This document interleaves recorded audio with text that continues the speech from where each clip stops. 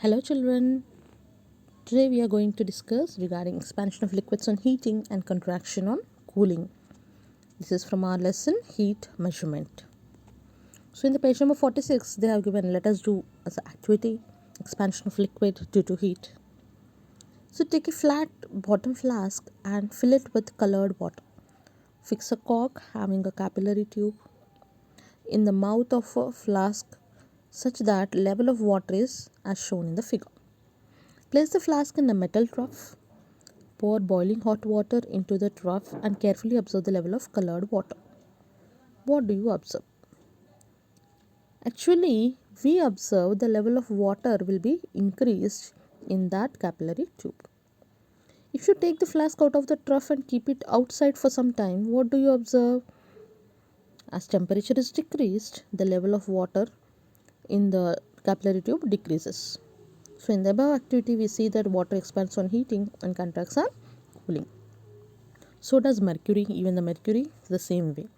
So it is used as a liquid for indicating temperature in thermometers.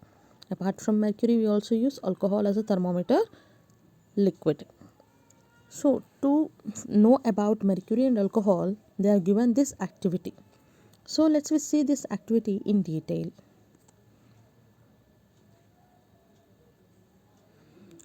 So to investigate the expansion of liquids when heated and contraction when cooled.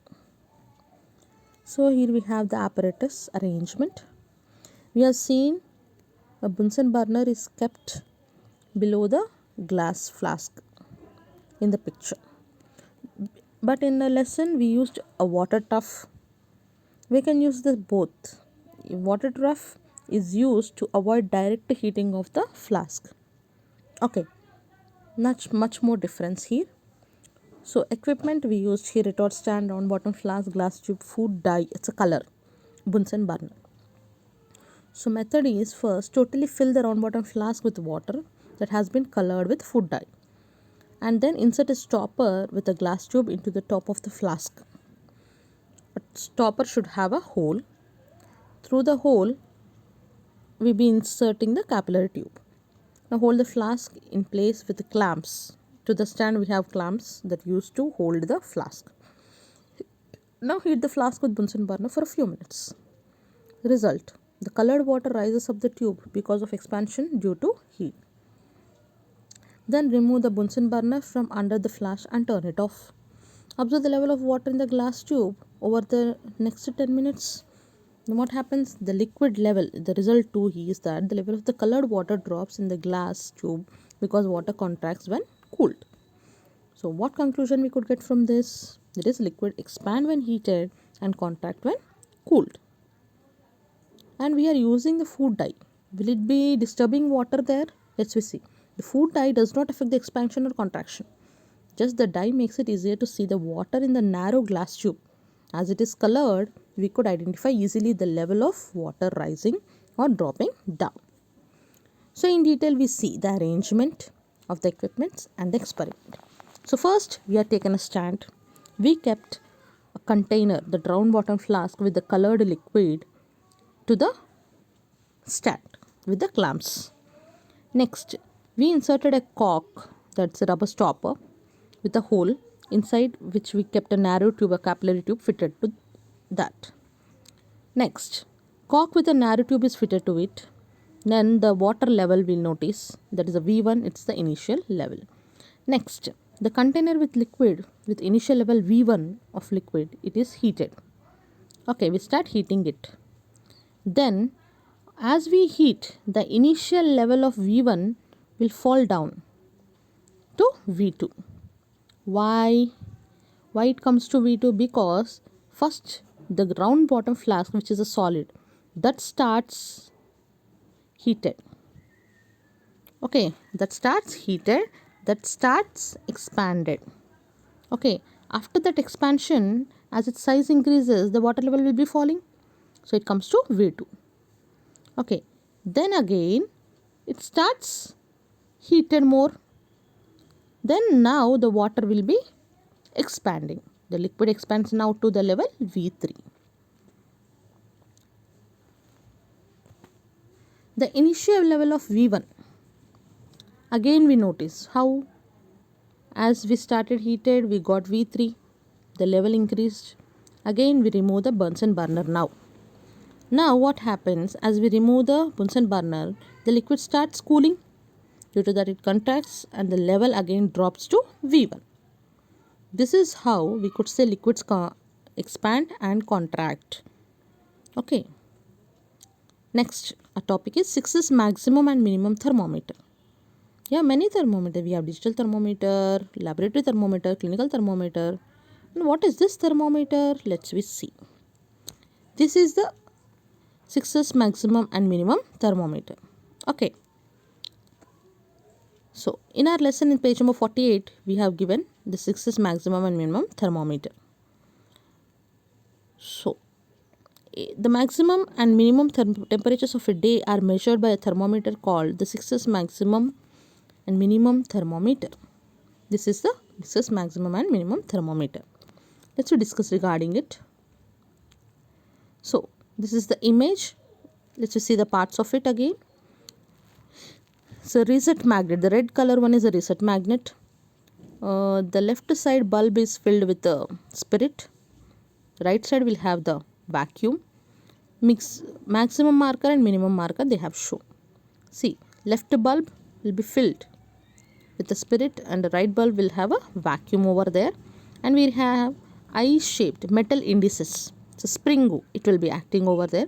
These indices indicate the temperature level. And here the temperatures also given, the readings on the scale. So, let's see. The scientists designed a thermometer to get maximum minimum temperatures of a day easily without any difficulty of taking readings whole day long. Hence it's named after him. Scientist's name is James 6. He invented this, so its name is 6's maximum and minimum thermometer. Suppose we want to find the maximum temperature in a day at our place. We have to go on taking thermometer readings for the whole day. Then only we get the maximum and minimum temperatures of that day. So which is rather tedious. So to avoid that, we are using this 6's maximum and minimum thermometer.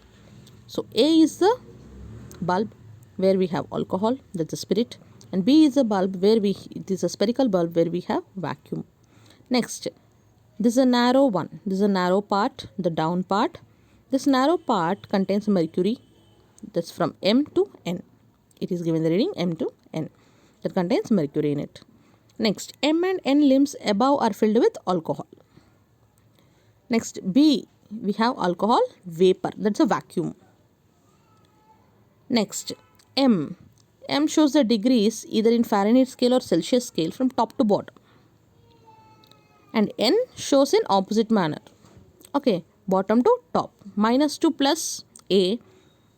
So, plus to minus B. That means M and N. Next, these are the springs. These show the level of temperature on the scale. And these magnets, the springs, whatever I said, those will be adjusted by using a magnet. A magnet is used to make the indices after any reading to make them into original position. Next, nowadays magnet we are not using. Already magnet is kept inside that maximum temperature only in the middle. As we press the button and hold the button which is in the middle, those indices slide down to the mercury level. It will be reset. Then we could use for further findings. Now let's go with the uses of 6's maximum and minimum thermometer.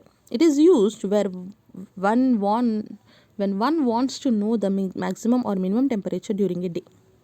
It indicates current temperature along with the highest and lowest temperatures since it was last set. Mostly in newspapers we see highest temperature, lowest temperature. How could we know? Using this thermometer. It is used to record extreme temperatures at a location as in meteorology, horticulture, etc. They can be used to measure air temperatures. Recording data over a period of time means that changes in the climate could be observed. See, what is meteorology? It's a study of Earth's atmosphere and the variations in temperature and moisture patterns that produce different weather conditions. Some of the major subjects of study are such phenomena are precipitation, thunderstorms, tornadoes and hurricanes and typhoons. So studying of Earth's atmosphere is meteorology. to know the temperature of the we use this 6S maximum and minimum thermometer.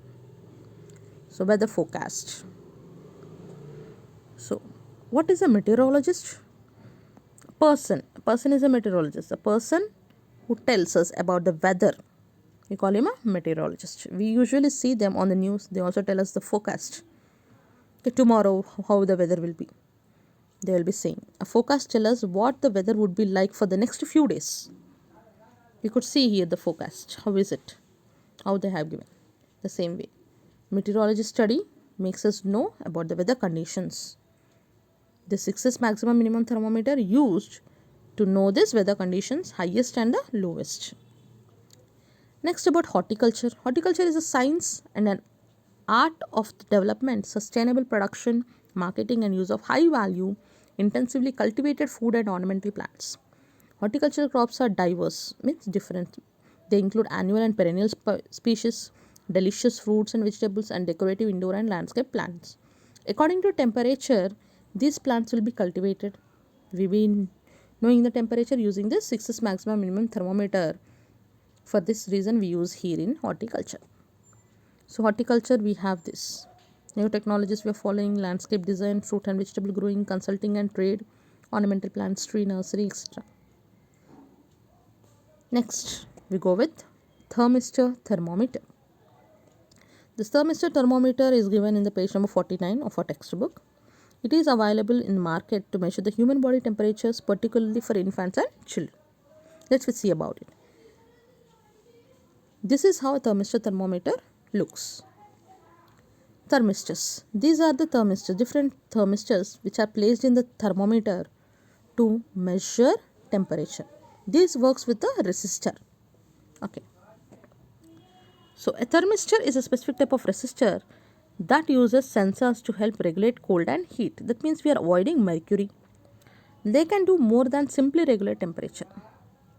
They are also used for voltage regulation, volume control, time delays and circuit protection. These products are made up of ceramic metal oxides, but it also contains circuits and wires. These resistors have many practical applications both in terms of manufacturing and personal products. Below, we will be going over some of the different uses and applications of thermistors throughout multiple industries. First, microwave. We all use microwave at home. For those who have used a microwave, we have used a thermistor. They are used in these machines to determine and maintain internal temperature. Microwave will be inside heat, not outside. No? So internal temperature, you could say. Without the resistor in the microwave, there is a possibility of overheating in the unit. So this could lead to potential fires. To avoid that overheating, thermistors are placed. Next, circuit protector. If you have a power supply or surge protector in your home or office, then you are using a thermistor. Without a thermistor in this product, surges of energy would be uncontrolled.